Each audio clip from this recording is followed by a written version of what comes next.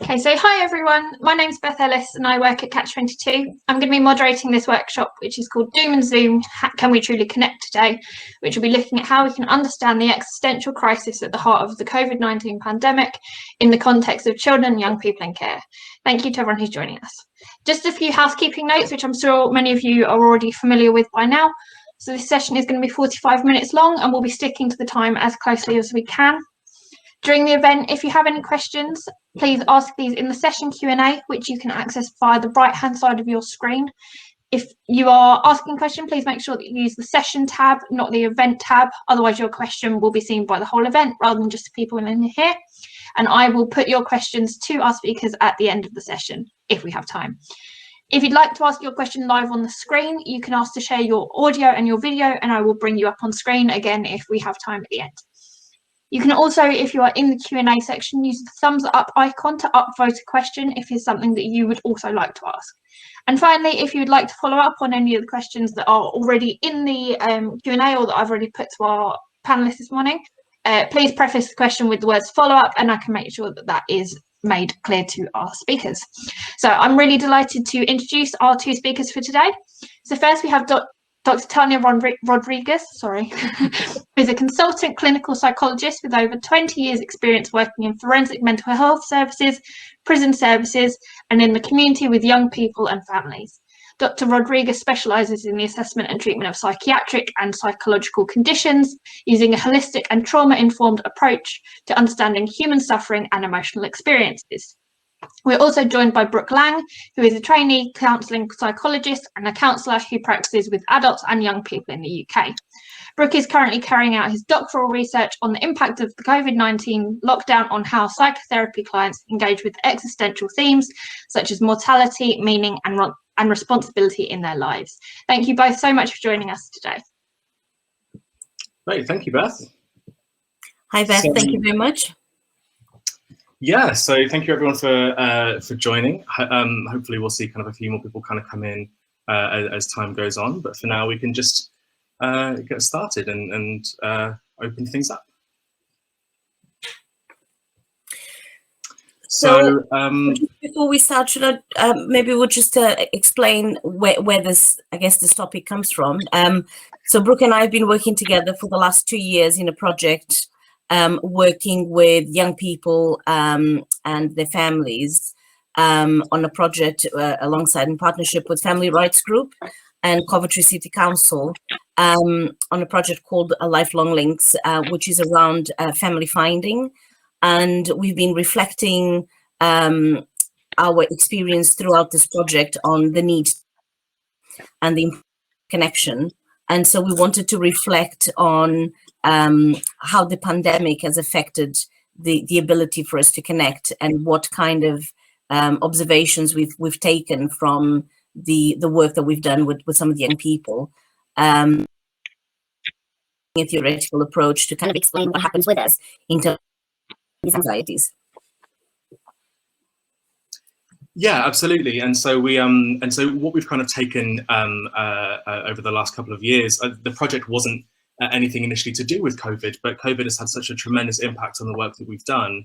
It's been really hard to not sit and talk about what's been happening in our worlds and how it's affected the young people that we work with. So one of the things that we're going to kind of be highlighting today is this word existential. I think has quite a bit of a serious or big kind of connotation to it. And why we're talking about that essentially is because COVID has uniquely impacted the way that we view our lives and view our place within the world. And no more is that visible than in the young people, children and young people that we work with in care that have come from very, very difficult backgrounds. So what we're going to do today is we can pass over and just have a little look at the plan. So first of all, what we're going to do is we're just going to establish a bit of context because it's not just the COVID-19 pandemic that has impacted the way that we are being in the world right now. Of course, we've come from close to a decade now of tremendous social upheaval and changes across the world. So we're going to be kind of setting the stage a little bit for that and what that might look like. Next up, we're going to have a little look at children and young people in care specifically and their mental health. And then we're going to try and synthesize the two, trying to make sense of COVID-19's impact on children and young people's mental health. And what we're going to do after that is think about, so we're going to be thinking about the vulnerabilities that they might be kind of bringing with them into this global crisis. And then we're going to be looking at what is perhaps the most intimidatingly named theory I've ever come across, but it's one that I'm using for my doctoral research. It's a terror management theory, which is a social and evolutionary perspective that's geared towards understanding the role that awareness of death and awareness of the impermanence of life has on how we live our lives and how we engage with each other and connect. Connection being a very kind of core theme throughout this whole presentation is how are we able to relate to each other, relate to ourselves in a world where we are currently socially isolating.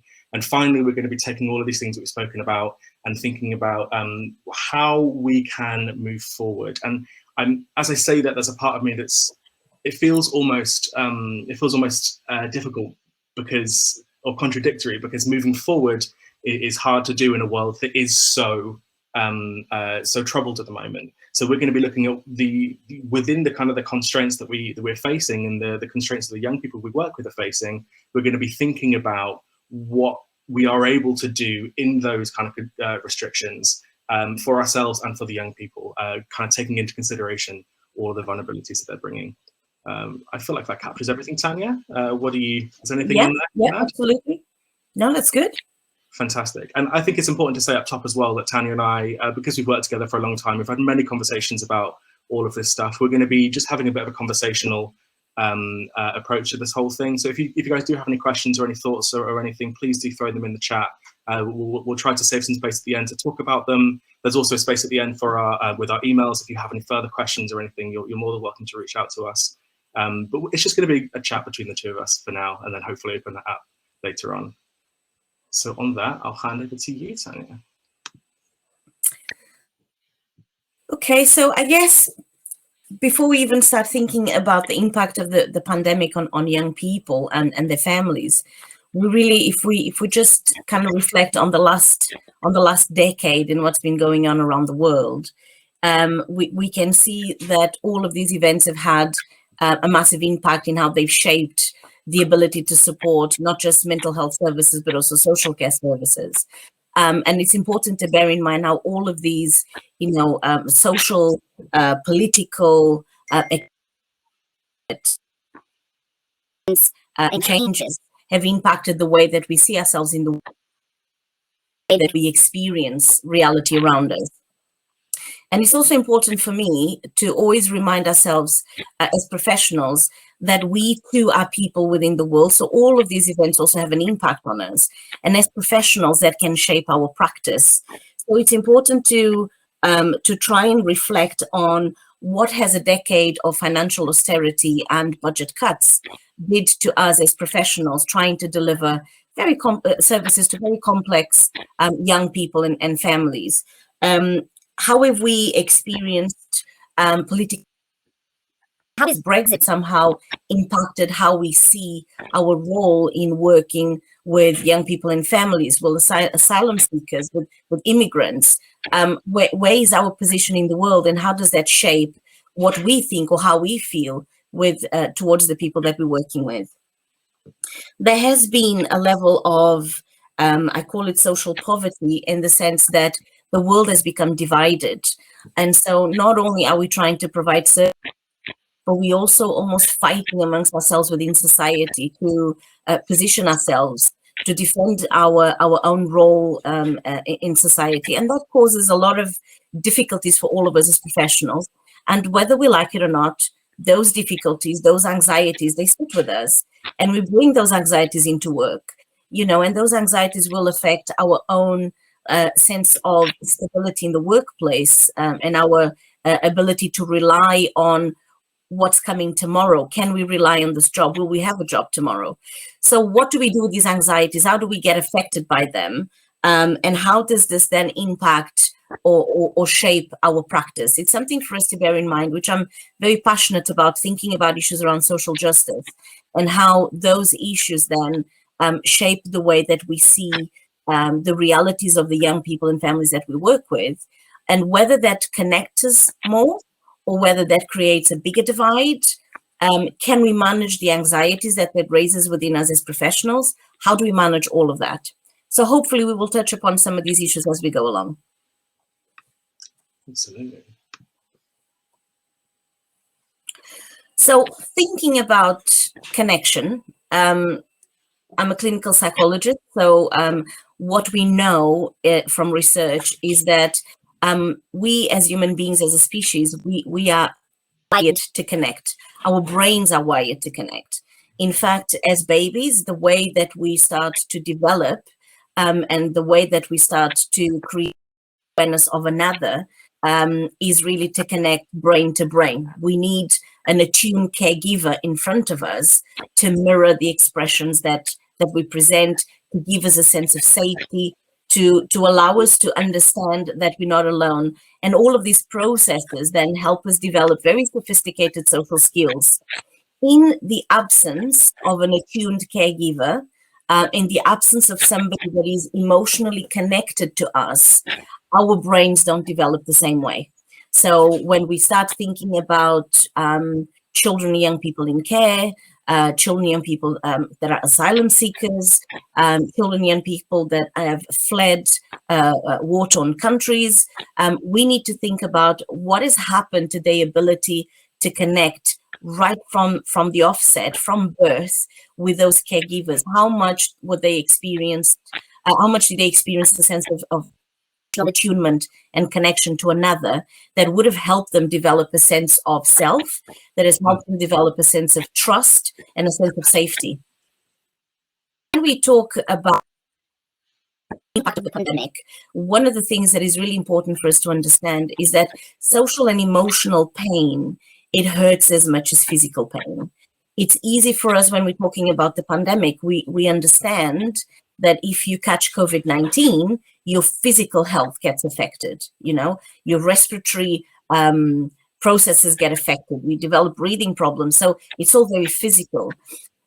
We don't always pay as much attention when that pain becomes emotional. So when we then presenting with issues around anxiety or depression, or we develop, obsessive compulsive behaviors, we don't seem to engage with that at the same level of understanding pain and distress that causes. It's really important for us to focus on that and to say that social and emotional pain, it hurts as much as physical pain. So if we try and keep that in mind, to think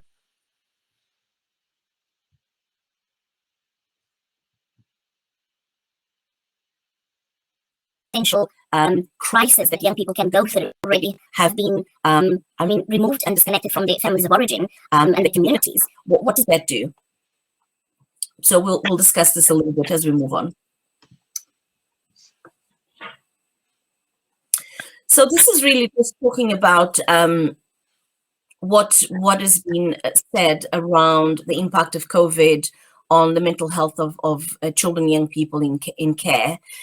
We know that there's been some research that has looked at how some young people have actually felt more in the beginning, there was a sense of relief, and although young people was actually reporting overall a positive sense of well-being, there was also a level of boredom that was reported with a lot of young people. So we've seen a lot of kind of a wave in terms of young people have responded to COVID-19.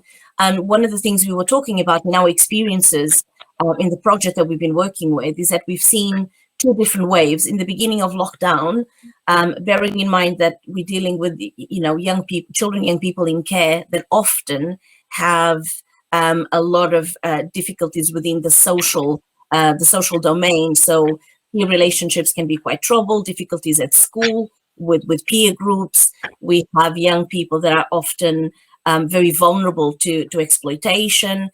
And so when lockdown first hit, to a degree, a lot of those out of their control stresses were actually taken away. So there was no exposure to certain risks that were there before. And so to a degree that provided a sense of relief and a sense of safety, that they didn't have to actually act or actively protect themselves because the lockdown was protecting themselves. And that created a sense of relief initially.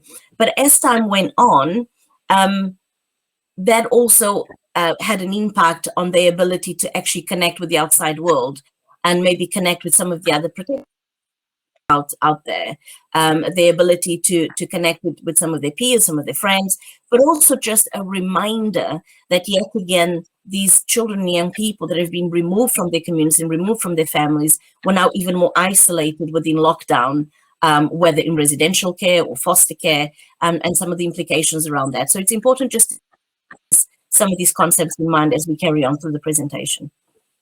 Absolutely, and if I can add to that, I think it's really important to consider when we talk about lockdown, we are now we have to think about it as not just one monolithic experience now. I don't know about you, Tania, but I'm comfortable to share with myself that the experience of the first lockdown, and that seems to have been echoed in the people that I've interviewed as part of my research, and also just the young people and adults that I've worked with. The first lockdown had a sense of, I don't know, novelty or unity. There was a as you kind of captured really well there, the pressure lifted off of certain people from having to perform in certain kind of social arenas. So if you think about people in potentially or having abusive relationships with people, or if you think about people that are struggling with their family at the moment but feeling unable to necessarily leave these things, even really important to consider is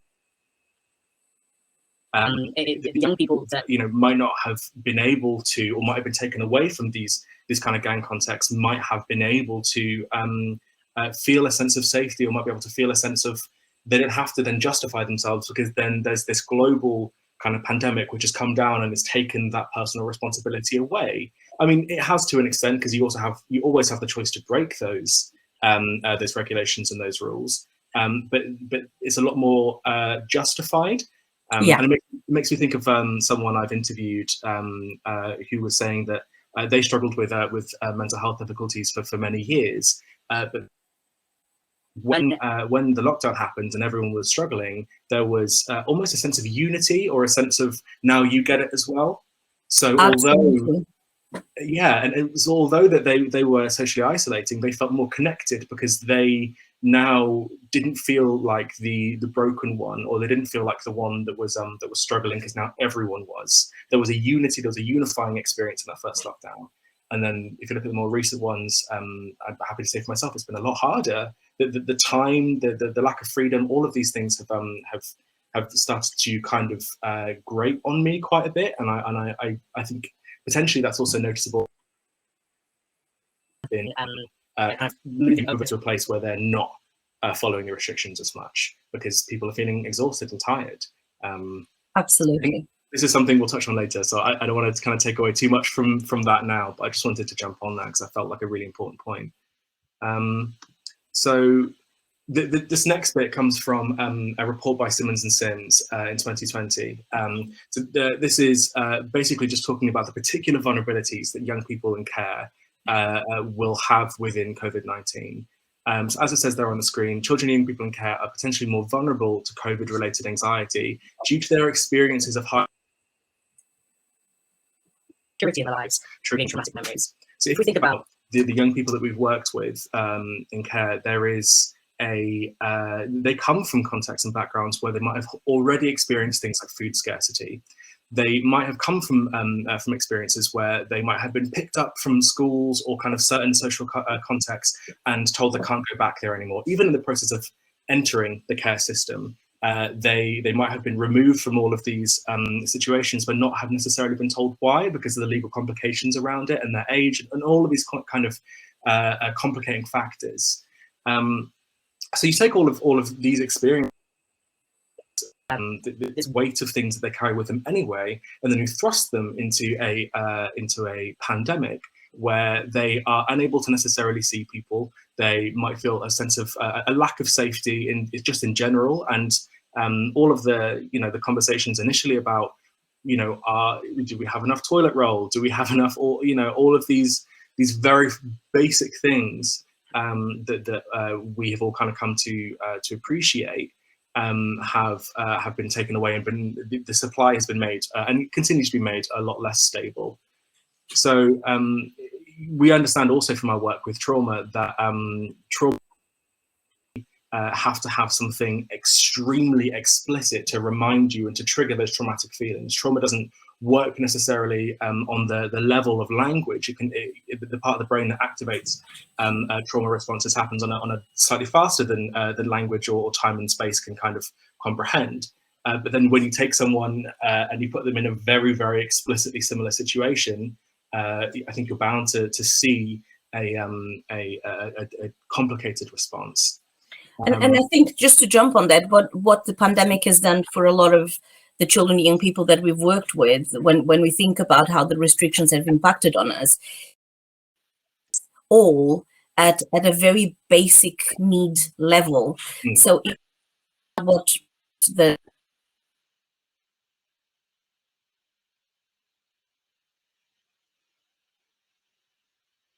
which are around food, shelter, you know, because and they were there.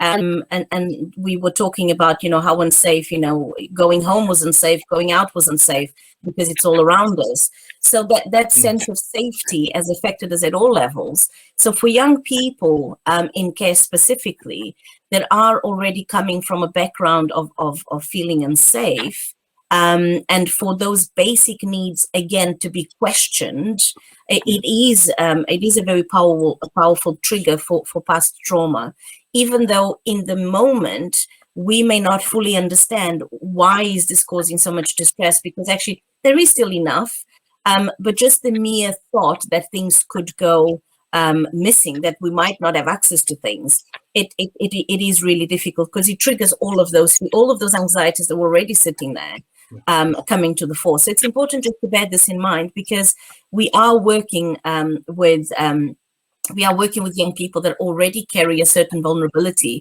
with them for the circumstances in which they were in.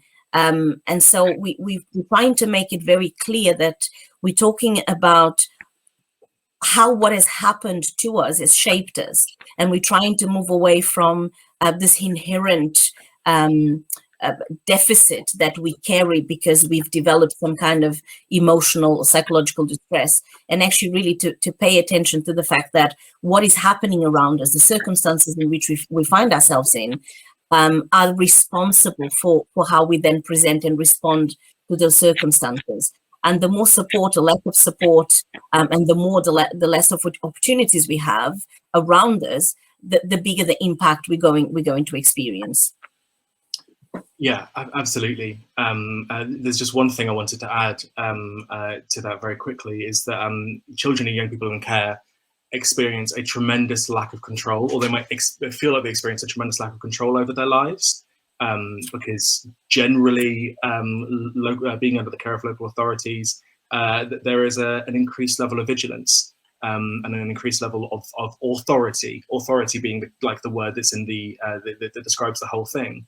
And so when you have people, kind of young people and children that are wrestling against control they experience anyway, or lack of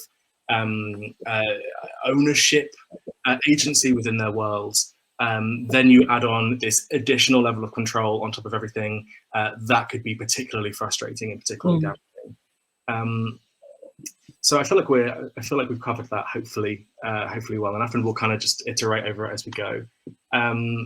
So now we're just going to kind of turn over to thinking about, well, what is there out there in terms of theory or in terms of research that will be able to help to explain these experiences using the complications and the difficulties presented by 2020 and 2021. And I say that not just COVID-19, because it's really important to consider all of the other things as we'll kind of go on to touch now. So here it is, the most positively accessible name in psychology. Terror management theory. I joke about it, but I love it.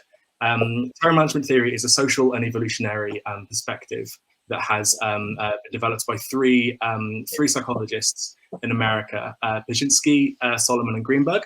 And the reason we're using this is because they draw upon existential themes and themes from existential philosophers and utilize them in a sense utilize the theories in a sense that is grounded in research and neuroscience. So terror management theory is all around based on the specific concept of what is the role that death plays in human affairs. And we basically talk about why it is that humans are particularly equipped to be able to consider the inevitability of death. And I just want to say from the offset, talking about death can be quite uncomfortable. I certainly don't find it comfortable even after reading about it, but it's even that in itself is illustration, an example of what we're going to be talking about. For those in the audience, if you do need to take a break for talking about death, then absolutely, please do so. So being aware of the inevitability of death is something that's particularly difficult when you are aware of that fact. And we generally, as people, like to look after ourselves. We don't want to die. We don't want the people around us to die. A lot of the things that we do are based around trying to avoid or compensate for that fact. And the way, the mechanism and structure that Pajinski, Solomon and Greenberg have come up with is we have developed essentially an anxiety buffering system consisting of three related mechanisms. So the first mechanism is cultural worldview. So this is that kind of wider social and spiritual understanding of what the world is. So things like religion, shared answers to basic questions about life, the standards for living, so our sense of ethics and our sense of all of these things kind of contribute to this idea of what your cultural worldview might be.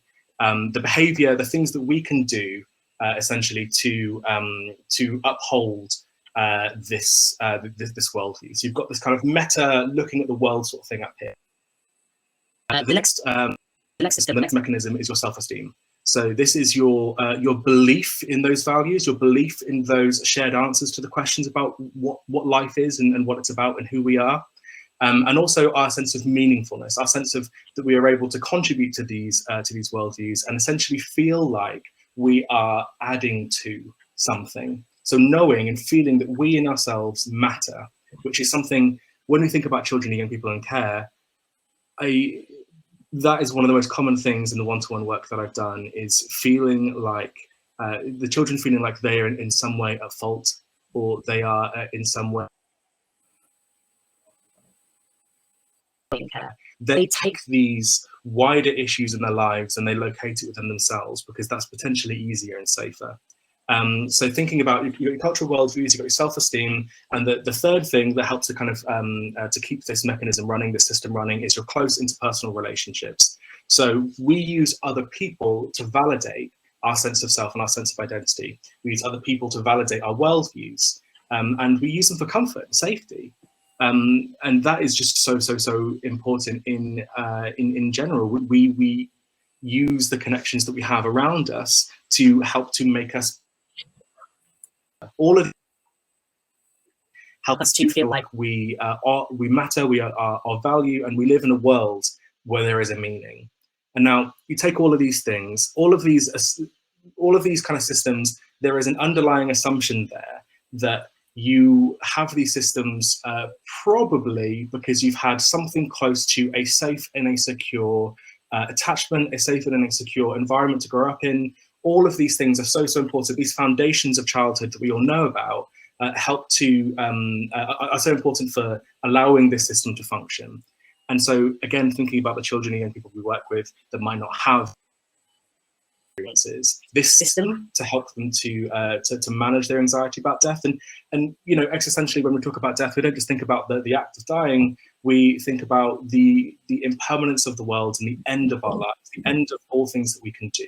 It's not just dying, it's the end point of everything and who we are. So when they don't come from this position of having had this safety and this holding enough to develop this system, then they're going to be extremely vulnerable to this terror, to this anxiety about who we are and what the world is. And these very core existential questions that we don't often think about in terms of mainstream work with people, because they're all, you know, they all seem to be a bit lofty, they all seem to be a bit over there. But if nothing else, COVID has revealed to us how important it is to consider these things.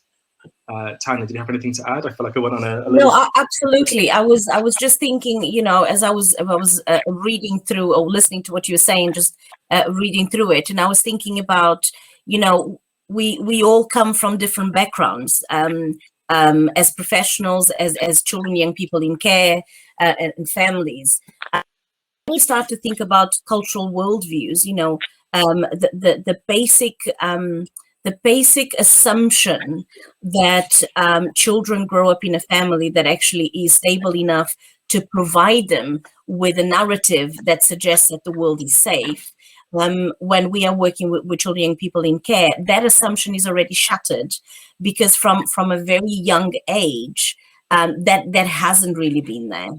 So we then go through all these changes where they move from one family to another family. And if just reflecting on some of the young people that we've worked with that have had maybe 10, 12 placements within a matter of 6 to 8 months or something like that, when you think about what that does to your cultural worldviews in terms of those basic questions about life, what does that mean about the people around me, but also about me? If I have to be moved around, what is it about me that makes me not to be wanted, to makes me so difficult to be loved, to be cared for? And that immediately will have an impact on how we see ourselves in terms of our self-esteem and the values that we hold about ourselves, which will then have a massive impact on how we understand and experience relationships. And you were talking about, you know, this need for validation. I was just thinking, you know, this new way of working, do everything online. And for example, doing this presentation, I was watching you, how important for me, for example,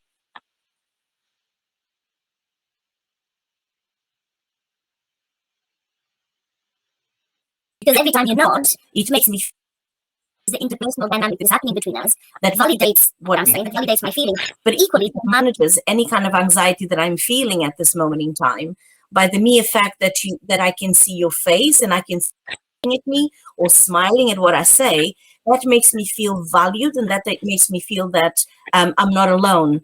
And all of these issues with children, young people in care that we work with, all of them at every single one of these levels has been compromised. And it has been compromised by the situation that they find themselves in. And then it's further compromised by the way that we try and support and manage them in a system that is really run in a way that isn't always sensitive to trauma. And so it's really important for us to bear that in mind.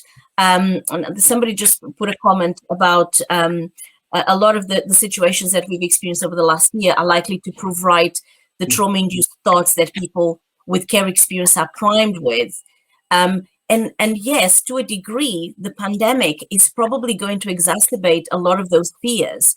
So if we can bear that in mind as professionals, and if we can take an approach of thinking about how do we respond to someone whose worldviews, whose self-esteem, whose idea of relationship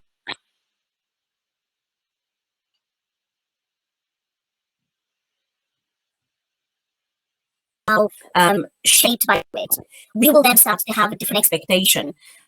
I think that is a really important thing, is that we carry a level of not only what we need to do, but how quick we need to achieve that, and the responses from young people. And we know that it doesn't work that way. It takes time. Building a relationship takes time. Navigating through all of these anxieties takes time. So if we as professionals can be more mindful about that, and if we can also be more transparent about how that impacts us in our own anxiety, it makes it a little bit easier for young people to see us in a different light. Instead of feeling that we are doing to them something, we're doing to them, it changes that perception to we're doing with. We want to work with young people. We don't want to do work to young people. And I think that's a really important thing to bear in mind. Absolutely, and I'm mindful of the time. We have about 10 minutes left in the presentation, so we're going to potentially move over just the next bit, because the commenter has commented about what do we need to what do we need to combat these patterns and trauma responses? There's a part of me immediately that jerks at combat, because I feel like validation is such an important thing. These trauma responses come from a place and a series of experiences, and we understand trauma responses as a survival mechanism. That you're right. What point is validation not enough, and what do we need to do? And so what we're going to do now is we're going to touch on exactly that. So thank you for that comment. So I'm mindful as well, Tania. I don't know if it's just my Wi-Fi, but you're every now and then.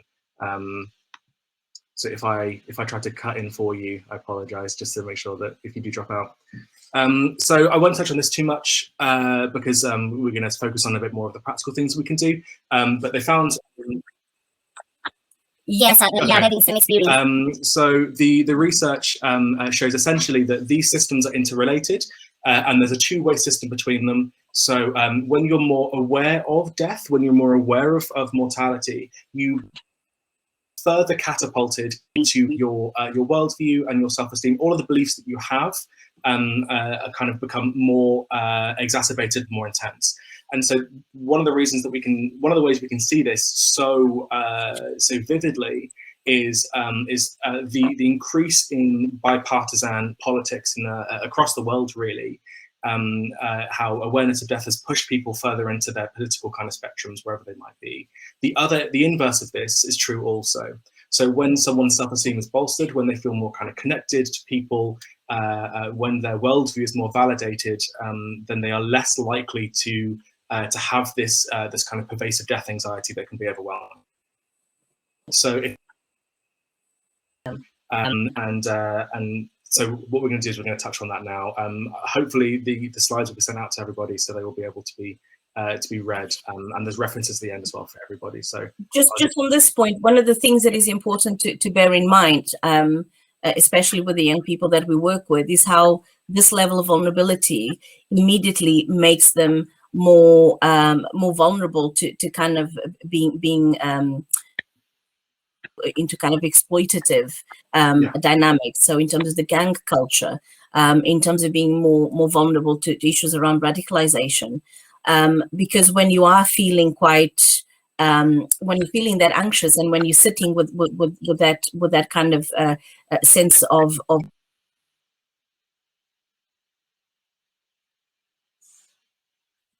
to have somebody that can offer you an option that can hold on to and to connect with, it can be a very appealing thing. Whether it's a positive experience in the end, but it comes from a need to connect and to feel somebody else understands what you're going through. So it's important to bear that in mind, because it does explain a lot of the vulnerabilities that we encounter with the groups of young people that we work with. Absolutely. So this is just a way to kind of contextualize it. COVID-19 has been impacted uniquely all three of the systems. Cultural worldview has been attacked fundamentally because of the inconsistent information on all kind of sides about what the truth is regarding COVID-19. People are robbed of their daily routines, their jobs, the things that give them a personal sense of meaning and a sense of contributing to the world. Their self-esteem is being attacked. And we're being told to socially isolate, not physically isolate, which is probably more the case, but socially isolate. People are removed from the context with which that might validate them and make them and how they emotionally regulate. Like, God, if it wasn't for my nerdy friends that played Dungeons and Dragons with, I would have probably gone, I would have been doubling my therapy sessions every week. So those things are really important in helping to kind of emotionally regulate. So all of these things have been impacted. All of these things that help us to cope with general existential terror have been uniquely affected by COVID-19. So if we think about all of this theory and all of these kind of complex concepts, we can break them down to think about some solutions, which is, I guess, what people want to hear about now. So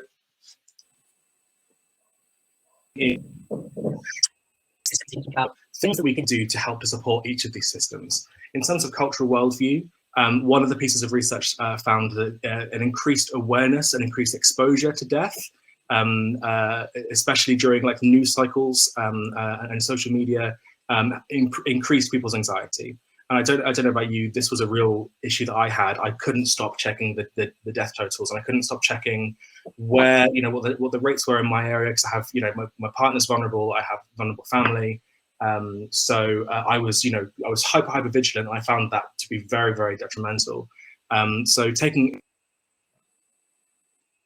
work if they experience a similar thing, to take breaks from that, or to engage with more positive news stories. That might seem impossible, but if we think about the role that the Cat and Tom played in the UK, and things like the clap for the NHS, these were all social things that helped people to feel a sense of community and helped people to feel connected with each other, and it helped to take away a little bit of the sting of the pandemic and made us all feel a bit more unified in our experiences. Likewise, encouraging engagement in psychospiritual practices, whether that might be religion for some young people, mindfulness, or more kind of things engaged with their body, going out in nature, being creative, whatever creativity that might look like, in terms of painting, in terms of making music, in terms of sculpting, in terms of even making an elaborate world in Minecraft for the younger kids, or the older kids. My younger brother, for example, has been blowing my mind with all the things he's been able to do there, and these are all things that makes him feel like he's connected to something else. He's connected to people. Your self-esteem, so encouraging children and young people to engage in new activities, hobbies and skills to help them feel like they're moving forward, and whatever that might mean for them, even if it's a tiny thing, it can make people feel like they're moving forward in a way, or that they still are able to. I can think of a number of examples from my own client work that could capture this, but I'm aware of time. If we kind of go over, then I have to talk about that more. The inverse of that is true as well. So challenging the negative self-talk regarding our productivity, our mood, our relationships, the quality of our, how tidy our house is, or what our eating or drinking habits have kind of turned into. Thinking about young people that I know and have worked with, that have found themselves just surviving off of crisps, because even though they say they're doing nothing, they feel like they're exhausted all the time. It's challenging. That was pre-global crisis, and trying to encourage compassion and modelling, and all of this is so important for us too, in terms of modelling this to the people that we work with, being able to cut ourselves some slack. Tania, as my supervisor, has been able to provide many moments where I was feeling like I don't feel like I'm getting anything done today, and just being able to take that weight off and having that support has been so helpful for me, and it's cascaded down into my client work as well. So even if it's just tiny realistic goals, or one of the goals I set myself recently was to just not look at an essay that I have to write for a day, and just give myself a break from that and having to stress myself out about that. And that was so helpful. It kicked me into gear. And the third thing on there is your close interpersonal relationships. You are in a close interpersonal relationship with the young people that you work with. You are not, as Tania said, someone doing something to someone. You are someone in something. You're related to them in that space, whether it be by Zoom, whatever it is. And we know the importance of validation. We know the importance of quality of relationship is, even in therapy. One of the best predicting factors for successful therapy is the quality of the relationship you're able to make with the person you're working with. Beyond the interventions, beyond the model you're using, someone with them and be with them. So modeling ways to manage COVID-related anxiety, to provide an emotionally containing environment, so important. And of course, that will mean that we'll have to look at our own stuff, and that's always a bit uncomfortable, but it's so important too, because we are all in this. We have to look out for ourselves. The next bit there, acknowledging how scary this is for everybody. That's part of it, how tough it is. So acknowledging that this is something that everyone's going through, but also being able to hold their unique experiences as children and young people in care without taking away from it.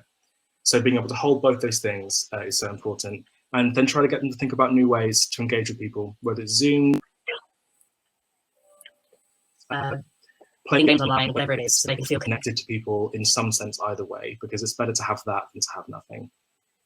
That was a whistle-stop tour on these things, but hopefully it's given something to to get you guys to think about.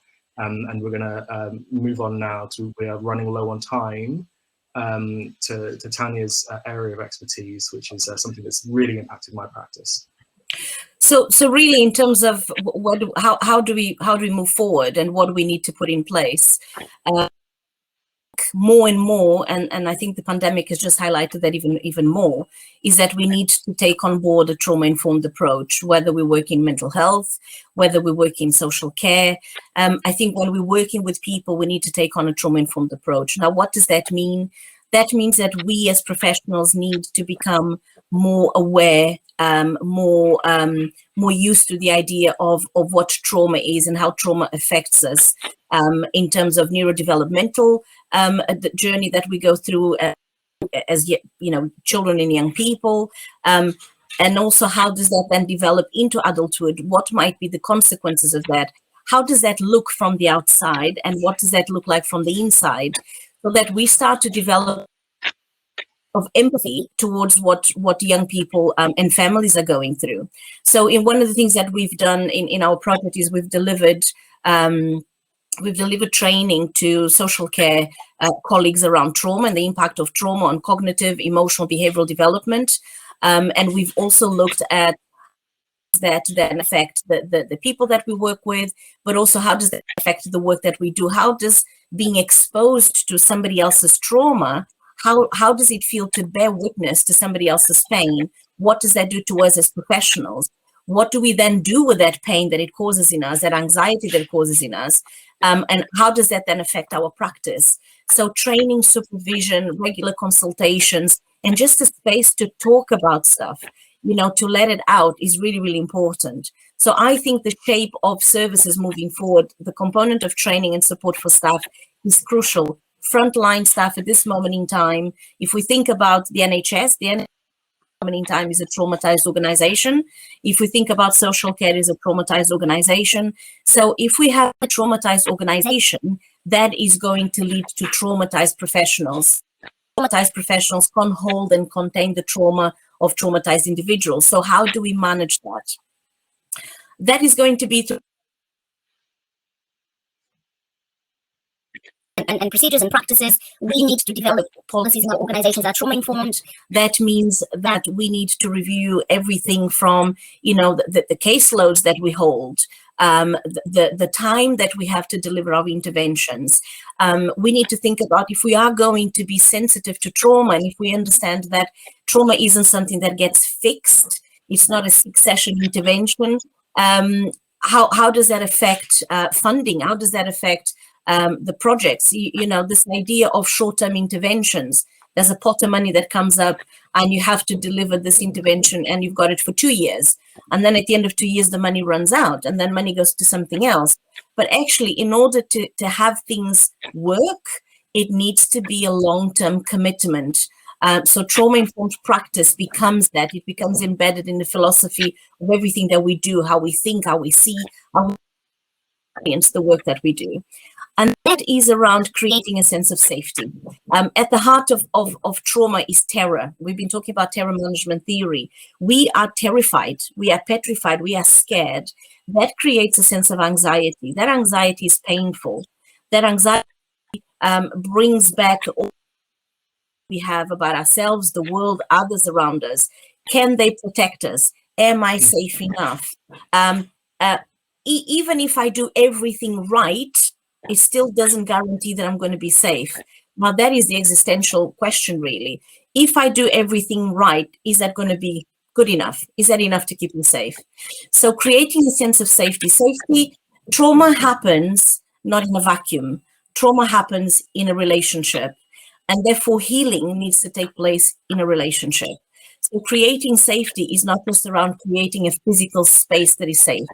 Creating safety is creating interpersonal relationships that are safe, that are based on transparency and honesty.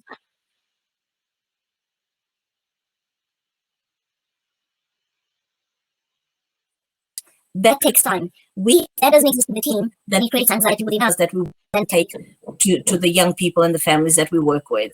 So it's important to bear that in mind and to think about how do we start creating awareness within our teams, within our own organizations, to develop more and to bring more of a trauma-informed practice into how we work.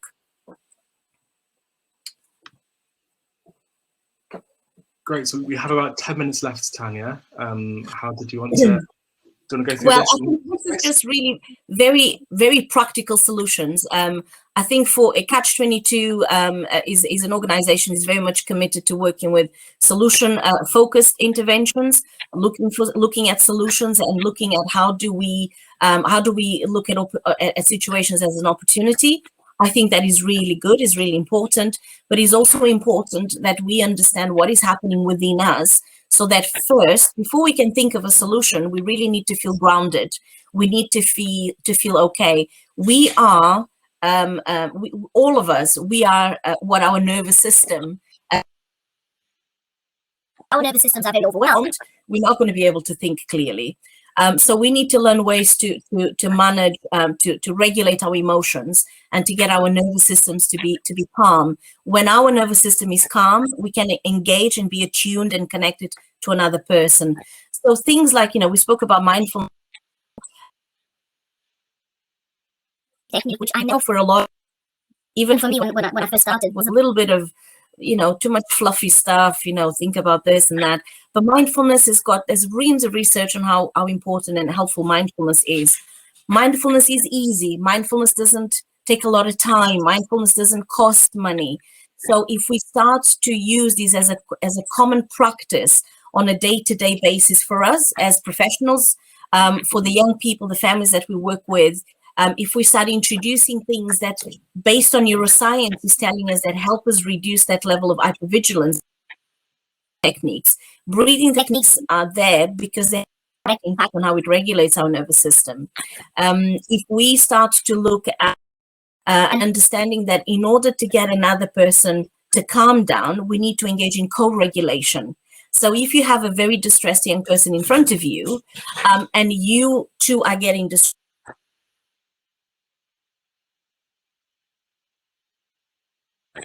so we need to co-regulate. We need to be okay to contain that anxiety, to help young people calm themselves down and to regulate. And that is the same thing within an organization, for example. If you have a team that is on edge, loads of deadlines, loads of things happening, and their team is on edge, then it bounces off each other. So we need to co-regulate. We need to, all of us, be modeling to each other how to get to a point where we are more grounded. Resilience is a big thing. I think we all talk about resilience, but we don't always understand that resilience isn't something that just happens out of the blue. It's a build-up over time, and it requires support from the outside, but it also requires support from the inside. So if you can't find a way to regulate yourself, building that resilience becomes harder. And it's also important to look at all of this as an opportunity. Yes, the pandemic has been a very negative experience in many, many ways, but it's also been an opportunity to revisit where we are as a society, as a world. It has given nature an opportunity to rebuild itself, and it has given us an opportunity to think about what truly is. And it all comes down to connection. Is to connect, and you cannot connect if we are divided by religion, politics, by economics. So we need to think about how do all these things that shapes us, that we connect with each other, and the way in which we can support those that are more vulnerable in society. So these are just very things that can be done on a day-to-day basis, which I'm sure you can find loads of these exercises online, really. Just a little taster. So we basically just touched upon this, how important it is to be able to understand and appreciate and look internally as professionals at what's going on for us, as well as looking out and what's happening out in the world. And using things like terror management theory and a trauma-informed approach can help us to ground and synchronize and synthesize both of these things together. Because we only have a few minutes left, I feel like it's wise to say goodbye there and maybe have time for one or two questions if possible. Sorry, we've gone over. Hi. No, I'm not on mute. I thought I was on mute. Hi everyone. Yeah, so as Brook mentioned, we've got a little bit of time for just one or two questions. So I'll go with the one that's had an upvote first, just in case we run out of time. So this question asks, do you think that children and young people in care will have longer lasting impacts on their mental health from the pandemic than other young people who don't necessarily have care experience? I think that young people, children, young people in care have already a vulnerability that maybe most other young people living in their families might not have. And therefore, in order for us to manage that, it's going to be around what support and opportunities we're going to provide these young people. How are we going to be able to attune to them and to connect with them? So what we are seeing right now is that what the pandemic has done is that were already there. So young people in care, those vulnerabilities were a little bit better known because we were working with them already. Have make sure that whatever we do across the board for young people in care and young people at home, really living at home, I think it needs to be on the basis of what access to opportunities were there before, what will the vulnerabilities that were there before, and then build on them. We have to take case by case and look at what have we got to build on, because each child is going to need something different, each family is going to need something different. But we do know that young people in care will always be more vulnerable just because of the way that life has started for them, and the challenges that they had to face.